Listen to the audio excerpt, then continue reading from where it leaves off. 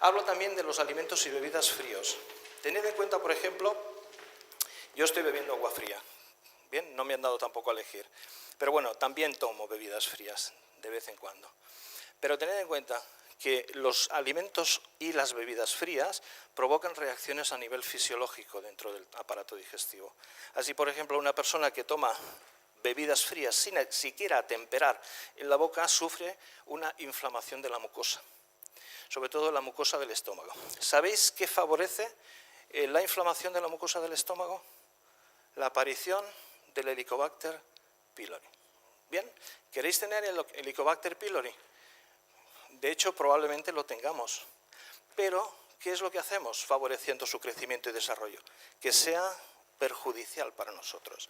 Por lo tanto, de ahí la importancia de equilibrar alimentos y sobre todo cuidado con las temperaturas. Ni excesivamente caliente, es decir, ni esos caldos que te los tomas y te literalmente cocinan por dentro, no se trata de eso, ni tampoco bebidas tan sumamente frías que provoquen un choque de temperatura. Si pidiera levantar la mano, no lo voy a hacer por discreción. ¿Cuántos de aquí padecen estreñimiento? Pues probablemente alguno levantaría la mano. Alguno, probablemente. Los alimentos fríos, solamente fríos, y sobre todo las bebidas frías, producen estreñimiento. Por lo menos contribuyen a que se agrave el estreñimiento que una persona padece. Entre otras cosas porque los órganos cada uno requiere pues, una serie de condiciones de funcionamiento y el frío bloquea literalmente el colon, el funcionamiento del colon. Si entendemos esas cosas, que no son cosas complicadas, incluso muchos por experiencia vital, por la prueba de ensayo y error han visto muchas de estas cosas, pues probablemente haremos que nuestro intestino funcione mejor. Y el uso de plantas tradicionales como la manzanilla, el orégano. ¿Sabéis, por ejemplo, qué bichito controla muy bien la manzanilla, la humilde manzanilla de toda la vida? Aquella que juntaba a las señoras vecinas en el patio de las casas y les permitía tomar su manzanilla a media tarde. Las cándidas, las cándidas. Vamos a ver, ¿cuánto dinero invertido en medicamentos contra las cándidas hay? Muchísimo. Pero, ¿por qué no volver a tomar algunas costumbres, como tomarse una manzanilla por la tarde, por ejemplo, para controlar las cándidas? Es sencillo y sumamente eficaz. Me diréis, yo tomo manzanilla y tengo cándidas. Muy bien. Mirad, si queréis hacerlo, la carga emocional detrás del desarrollo de las cándidas, porque sorprendería muchas veces. El orégano es muy interesante porque desinfecta el tubo digestivo. ¿Sabéis dónde es muy común, no? El orégano, en las pizzas. No estoy animando a la gente a comer pizzas, pero es un ejemplo. Yo suelo recomendar que por la noche no se cene carne. Recomiendo una proteína un poquito más ligera, el pescado o el huevo, pero también en cantidades discretas. Mamá, si tenéis niños que no duermen bien, no les deis mucho pescado por la noche. El pescado es muy rico en fósforo y despabila. ¿Bien? Es un detalle. Entonces, pues menos pescado o incluso algún huevo o incluso comidas o cenas a base de alimentos vegetales con proteínas vegetales. Y después comer despacio y masticar a conciencia. ¿Bien? Porque comemos, más que comer a veces engullimos las cosas, ¿no? ¿Quién no come delante del televisor y viendo las noticias? Sinceramente no puedes comer tranquilo con las noticias que hay, ¿no? También hay que tener cuidado con los métodos de cocción. Preferentemente deberíamos de cocer al vapor suave o a fuego lento. ¿Recordáis esos caldos de la abuela que llenaban de ambiente toda la casa? Pero que el caldo estaba 3 horas cociendo, ¿sí? Esas maneras de cocinar son mucho más interesantes. También hay que evitar los alimentos muy cocinados y los alimentos precocinados. Entre otras cosas porque los alimentos precocinados, para poder ser utilizados, han sido inactivados enzimáticamente, es decir, carecen de buena cantidad de enzimas. Las enzimas, o los enzimas, la expresión correcta, es una palabra masculina, nos ayuda a nosotros a procesar el alimento.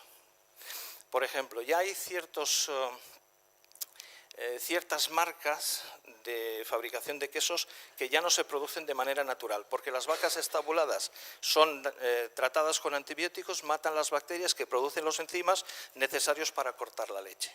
Por lo tanto, se les tiene que añadir la carga enzimática para que se corte la leche y producir los quesos. Bien, o sea, para que veáis cómo estamos haciendo las cosas. Adicionalmente, pues el uso de complementos nutricionales, minimizar el uso de fármacos es a fin de cuentas lo que buscamos. Nosotros no queremos hacer la gracia a nadie, queremos cuidar nuestra salud. Entonces estos consejos sobre todo están dirigidos para que uno sepa cómo manejar más o menos las cosas para tener una buena salud, frenar el progreso de las enfermedades y por lo tanto frenar el progreso del envejecimiento. Y también hablo del control del estrés, que también se puede hacer mediante la dieta. ¿Cómo es que se puede controlar el estrés mediante la dieta? Dirán algunos, ¿no? Pues bien, un ejemplo, o de manera breve. Una dieta muy rica en hidratos de carbono de asimilación rápida genera mucho estrés, porque provoca picos de glucemia, de subida y de bajada. El problema está en que cuando está subido, uno está eufórico. Cuando viene de bajada, para que el cuerpo, el cuerpo se defiende produciendo hormonas de estrés, catecolaminas, con lo cual produce una excitabilidad mayor. Las catecolaminas tienen como propósito, entre otras cosas, regular los niveles de glucosa, es decir, regular los niveles de combustible disponible para que el individuo no se venga abajo. ¿Bien? ¿Cuándo suelen ocurrir esas caídas de glucosa, esas hipoglucemias? Normalmente a media mañana o media tarde. Normalmente a media mañana o a media tarde nos pilla o sentados en la oficina, con papeles delante, o quizás atendiendo a personas, o quizás en un congreso, un viernes 14, escuchando a un señor que habla de alimentación. Bien, la pregunta es, ¿por qué necesitamos a estas horas pulsiones de adrenalina? Ahora sí, porque soy un poco aburrido presentando, pero no es lo que debería de suceder. Media mañana, media tarde son los momentos críticos. Se hicieron estudios sobre el aumento de la delincuencia y criminalidad en Estados Unidos, pues en Estados Unidos lo estudian todo, hasta los estudios los estudian.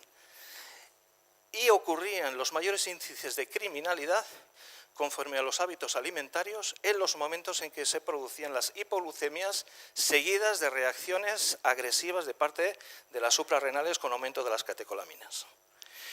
Por eso, si tenemos los hábitos alimenticios adecuados, podemos controlar incluso el estrés con la alimentación. La alimentación debería de ser sencilla, con alimentos crudos en abundancia, dependiendo de las épocas. En invierno vamos a comer quizás menos crudo, pero en verano podemos comer mucho crudo. Y además, no os preocupéis, las verduras y las frutas en España no son caras. Iros a Francia. Iros a otros países donde esas cosas son un auténtico lujo, donde se compran tomates por unidades o cuartos de litro de aceite de oliva. Cuartos de litro. Aquí compramos por garrafas de 5 litros, de 3 litros, de 2 litros, de litro, pero a nadie se le ocurre comprar medio litro, un cuarto de litro de aceite de oliva. Por lo tanto, alimentos crudos, alimentos también de la zona y además fijaros también, que sean alimentos raramente refinados, que sean poco procesados, alimentos frescos, y las conservas de manera ocasional. De nuevo insisto, los alimentos en conserva son alimentos que se les ha preparado para que duren tiempo, por lo tanto han perdido muchas de sus cualidades nutritivas. Prohibidas, no necesariamente, pero limitadas. El uso de los lácteos es un tema cada vez más controvertido. Ya parece ser que un señor en Harvard, y como lo han dicho en Harvard, eso pesa mucho, no ha dejado de incluir los lácteos como alimentos primarios. Es decir, que deberíamos de reducir notablemente el uso de lácteos. Cuando alguien me pregunta, digo, ¿y por qué? Yo le suelo decir, señor, señora, es que antes había muy buena leche, pero ahora hay... Vale. Muy bien. Se ha movido, ¿verdad? Eso está bien. Eso es que... Vale. Sí. También la dieta, para que surta buen efecto, debe ser normo o ligeramente hipocalórica. Se ha demostrado, por estudios, por lo menos en animales, que una ligera disminución de las calorías ingeridas diariamente alarga la vida. Bien, por lo tanto es muy interesante el no excederse. Hay otros factores que pueden incidir en que uno tenga más o menos peso, pero no superar el rango calórico diario para la persona, adecuado para la persona.